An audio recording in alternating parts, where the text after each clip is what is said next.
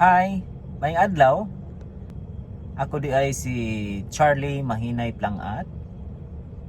Actually, naabot ko diri sa Lapu-Lapu City way back 1997. Anya, that time, nagwardya ko. Nagtrabaho ko bilang security guard. And then, since nga ang akong duty panggabi usahay pang adlaw, ang dali nga istorya nga di jud ko maka-attend o simba matag Domingo. Usa ka dakong problema nako that time kay sa Negros manggod di jud ko mopalta og pagsimba, pero pag abot na diri sa Cebu or sa Lapu-Lapu City murag ni abot yung pila ka buwan since naabot mi dinhi nga wala jud ko simbahay. Onya, to make the story short, nay usa ka pastor ang niadto sa Santa Maria Pusok katong na sunog sa miaging semana nga niabot sa didto uban sa yang mga young people before niya na ila-ila nako nga pastor day siya sa diri sa Lapu-Lapu City. Unya diha nasayod nako nga ang oras pagting simba is buntag. Actually sa Negros buntag man jud pud ang simba namo dito muna nga kana ganing naanad kag buntagon. So murag maglisod kag adjust kung kanang haponon ang imuhang pagsimba. Actually naabot ko diri nga nakasimba ko og haponon nga schedule unya tungod kay makatulog no ko anang buntag sa Domingo murag bugat na kaayo nga imata pa para nga mosimba ka sa oras nga alas 2. Dali nga istorya wala ko simbahay. So balik ta mao na to na pastor nga naabot sa Santa Maria Pusok unya na ila-ila nako nya di ko kalimot ato nga that time gihilantan ko giubo nya di ko kalimot kay giingnan ko niya nga ang tambal ko no sa ubo iinom rag bugnaw nga coke. Ako po itong gisuwayan unya mao to tinuod nawa jud tinuod ang ubo naayo ko sa kong ubo. So mo na to kada ubhon ko nagsige na kog inom og coke bugnaw kaayo, pero kay ba mo usay nahitabo nitaas kong sugar daling istorya gi diabetes ko. Pero dili na siya mao ang akong punto. Ang ako lang jud is nagpasalamot ko nga naay usa ka pastor nga niabot ditong dapita sa Santa Maria Pusok that time nga muna nakahibaw ko nga muna iyang schedule. Then mao to siyang sinugdanan nga nabilong ko sa United Pentecostal Church. Dito pa to nagsimbahan sa may Open Mercado. Kung di ko masayop sa ba to? Punta Rizal ba to? Nga street, no? Sa unahan unahan sa may kanang fire station, no? So katunga sa pastor walay lain kundi si Pastor Dave Picondo. So dali nga istorya mo na to simba na ko ato that time.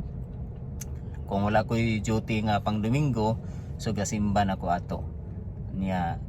Nakita na ko ni Pastor Dave nga friendly siya, mupangga og membro niya. Daghan kay mig mga kaagi nga kanang dili jud na mo o dili jud nako makalimtan. Sahay after sa Sunday service, no, kami mga young people pang dadon mi niya sa kaning kananan mga on me, no, nindot kayo kay naay pastor nga mopakaon sa mga membro, dili lang sa pulong sa Ginoo pero para pud sa physical nga pagkaon. Unya si Pastor Dave usa ka pastor nga angay respetuhon, angay nga bawsan pud sa iyang maayo nga pagtagad sa iyang mga membro tungod kay sa akong mga nasinatian niya personally dili jud siya mo kana ganing mo lingi o di siya mo ingon nga mo dili, no, mutabang jud siya sa mga nanginahanglan labi na sa iyang mga members. Then usa ko sa iyang mga natabangan, no, gagwardya pa ko ato nga time niya muna happy kay ko that time tungod kay naa ko'y pastor sama ni Pastor Dave Bicondo. Unya si Pastor Dave, no, kanang anaa sa gihapon nagapadayon sa pagpanudlo sa pag-preach sa pulong sa Ginoo, bisan pa man nga kanang dali nga istorya, kanang wala na ko magsimbahan karon sa iyang simbahan, nagpadayon sa gihapon ang ako ang dakong respeto ni Pastor Dave Bicondo bilang akong first pastor dinhi sa Lapu-Lapu City, Cebu. So di lang siguro nako task on, so mo na akong masulti ni Pastor Dave, Pastor, thank you so much sa imuhang kaayo.